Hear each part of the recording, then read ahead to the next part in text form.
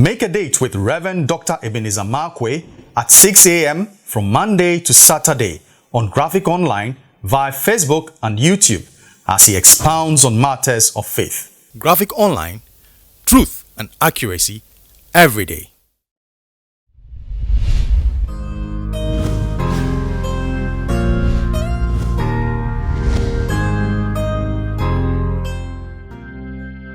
This is Rev Dr Ebenezer Markwei of Living Streams International. We meet behind the trade fair behind Zenith College, bringing you matters of faith with Graphic Online. This morning, I'd like to capture my thoughts with just this phrase, Limousine number 2. You remember the story of Joseph and the fact that Joseph was in prison and Joseph was going through all sorts of things. First of all, beaten up by his brethren, stripped of his clothing, dumped into a pit, sold as a slave, worked as a slave in somebody's house. A woman of the house, the madam of the house, took a licentious interest in him, and out of false accusation, landed in jail. And in jail, he was asked to serve.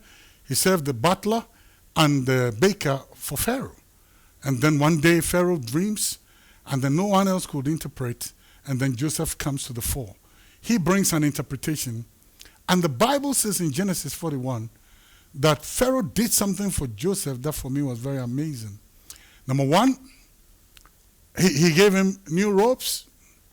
He gave him new robes, changed his garments, not just robe, but gave him new robes, and then gave him a ring. And then after he had given him a ring, then Pharaoh said something, gave him the second chariot. The Bible used the word, the second chariot. That's why I captured it, Limousine number 2. Now, I'm very interested in all the things that happened. Number one, Pharaoh changed Joseph's clothing. That is, from a prisoner's clothing, he now wore royal garments, garments of splendor. That was when now it is time for him to be shown forth. Then also to give him a ring. And the ring was for empowerment. Empowered him to trade for Pharaoh. So wherever Joseph goes, if there's any transaction and he puts his ring on it, it is a seal that makes the deal positive. But then Pharaoh said something to Joseph. He said, listen, you're bigger in the kingdom. There's none greater in the kingdom except me. And Pharaoh had chariots, but the Bible said he gave Joseph the second chariot and said, you ride the second chariot. Can I say something to you? God has a way of bringing us out of the doldrums of despair, lifting our feet from the miry clay, establishing us on solid rock to stay.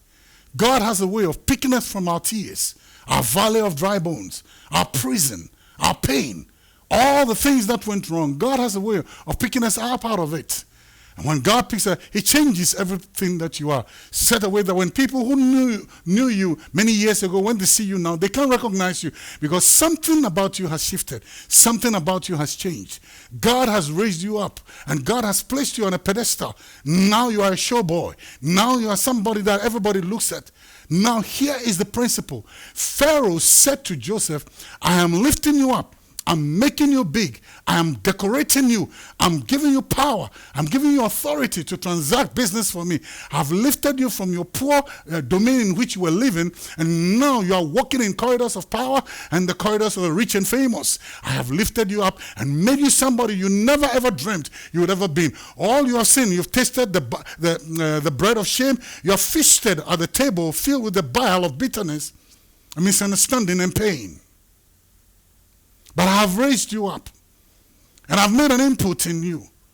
And then Pharaoh said, whatever you do, make sure that you ride the second limousine. And that means I must always be the first. That is, no matter what you become, remember grace has put you there. Let God be first. I've known people who, in their day, sometimes you even wonder, that some people, should they even ever get rich? Or should they even get promoted or get breakthroughs? Because when things happen to them, they forget. That is why God has a problem. And the problem of God is that remember the Lord For it is he who gives you power to obtain wealth. Ride the second chariot for goodness sake. Be humble enough. Don't just ride the second chariot because of God, but remember those who put you there and ride the second chariot. Don't get pompous.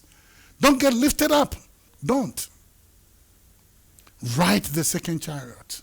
You can be a big fish still riding the second limousine. There's grace in it. There's glory in it.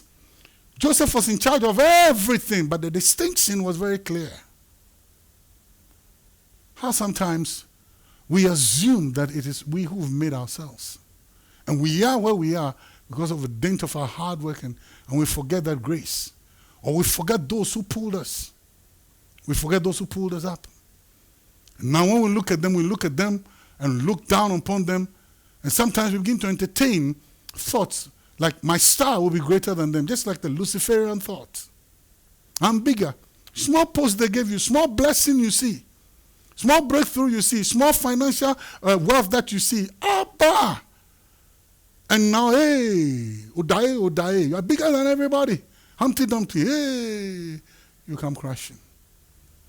Pharaoh said, Joseph, have something that reminds you of who made you who you are. Of who pulled you, whose grace you are enjoying, whose oil you are swimming in,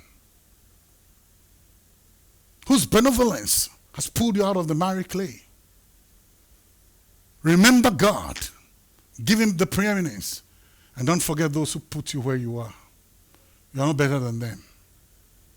Don't look down upon them, because they became the foundation upon which you're building.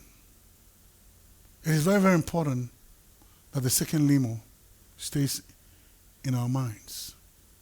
It is better to ride the second limousine and enjoy all the benefits, or to attempt to go for the first limo and crash and end up back to where you came from.